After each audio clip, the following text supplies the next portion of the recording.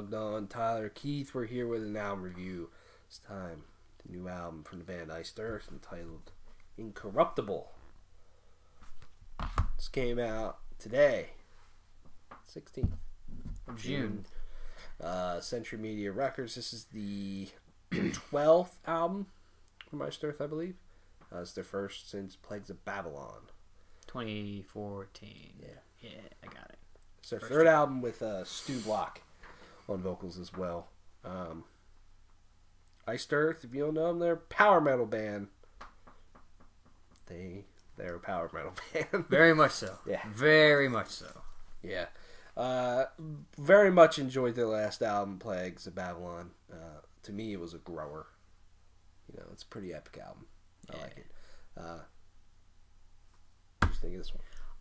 I really like this album. It's at least to me, comparing this album to Plagues of Babylon is a little bit difficult, just because I think they're different albums in some ways. Yeah. In a lot of ways, because Plagues of Babylon is a lot of the songs are these really grand, epic things, whereas a lot of these songs are a bit more straightforward. Yeah. Songs that come to mind is like Defiance, which is a really good song from this album. Defiance is really good. It's like a riff fest. And I think that's good. I think it's because just, since they had their last album, songs like Plagues of Babylon and Cthulhu and If I Could See You Now, and all these like really big, epic, complex songs, and to kind of have some songs that are fairly straightforward, I think is really nice. From a riff standpoint, John Schaefer's one of the best riff writers in metal. Iced Earth is one of my favorite bands when it comes to just riffage. I think there's only a couple other bands that I think get better than them or are as good, and that would be like Metallica or like Lamb of God, or bands that I think of where it's like riffs. And then this is definitely this. And even though they might not be like the most complex, they're great. Like I think of in Clear the Way. Yeah. Like those the main riff of that song is pretty cool, and I really like Great Heathen Army has some cool stuff in it. Even like other guitar wise, there's a lot of cool guitar harmonies everywhere. Black Flag has a cool one, has a very piratey feel. I really like Ghost Dance. Ghost Dance is like a mostly instrumental song, which has like some chants in it. It's probably maybe one of my favorite, if not my favorite song from this album. I really, really like that. And there's Raven Wing and Seven-Headed Whore, which they'd put out prior to this.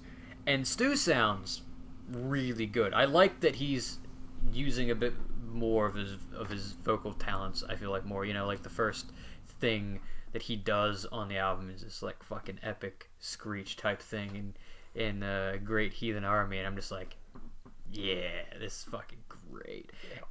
But then they have like the classic stuff, like Raven Wing's a great ballad. There's quite a few songs that are like a little bit more ballady on this album, because then there's like The Veil is sort of like that, and then Brothers kind of starts out like that. And I really like that they, again, even though this album is more straightforward, like I said earlier, it still showcases all of their talents, because like the solos are great. Like I said, the harmonies, there's a lot of great harmonies. I think the songwriting is really good. This might be another one of those situations where after listening to this album, whereas you can maybe make the argument that necessarily Plagues of Babylon is a better album, I might say that there are more songs that I like on this album, because like Brothers is great, and I like the chorus of that song, and like I said, I really like Defiance and Ghost Dance. Those are two really, really good songs, and I feel like there's not really a song that completely lacks. Like every song has something about it, usually like a chorus or a harmony or a solo. There's something about every single song that makes each song memorable.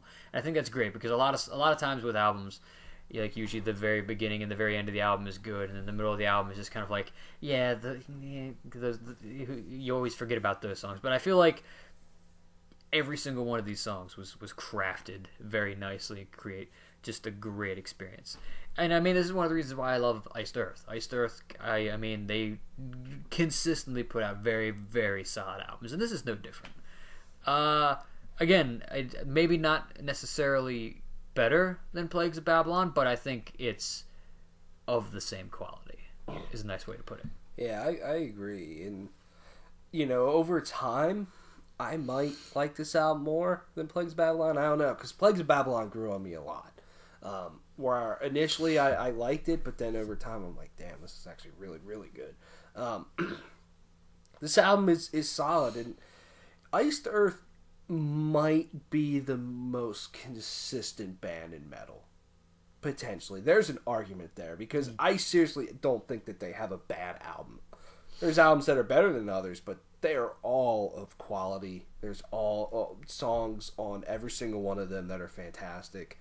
And this is no different. The riffs are tight. They're heavy. And then at times they get kind of weird. Seven-Headed Whore is one that has some, you know, goofy, very weird riffs going on for Iced Earth, which is cool. And I like the energy that this album has. I feel Plagues of Babylon is really good, but it's a little bit more drawn out. It's a little bit more epic. And a lot of the choruses on Plagues of Babylon were very, you know, group chant, power type stuff. You know, where definitely. Multiple vocal tracks going on. Where I don't think there's really any of that going on here. It's mostly just Stu singing and showing the power in his voice. I think there's a little bit in Raven Wing. A little bit. I do think Raven Wing happens in the end, and I want to say there's another song. It's not coming to me off the top of my head. I think maybe Brothers might have something like that, or they might just be doubling up on his vocals. But I think, like, again, it's not where it seemed like every song on Plagues of Babylon kind of had that. This is definitely a lot less on this, which, you know, again, yeah. And I like that. I Stu Block has a fantastic voice. It just like, his range is just crazy, because he can get so, like, manly sounding, and it's great. And, you know, his normal, you know, more traditional voice has a lot of power behind it. But then, especially, like, with Great Heathen Army is a good example, Seven-Headed Whore, it's like, I didn't think a human voice could do that, but you're doing it, and it's fucking awesome. I think, like you said, there's an argument for Iced Earth being the most consistent band. I think there might be an argument for Stu Block being one of the most well-versed vocalists in metal. I mean, he can basically do fucking anything. Yeah. If he really wanted to. Yeah.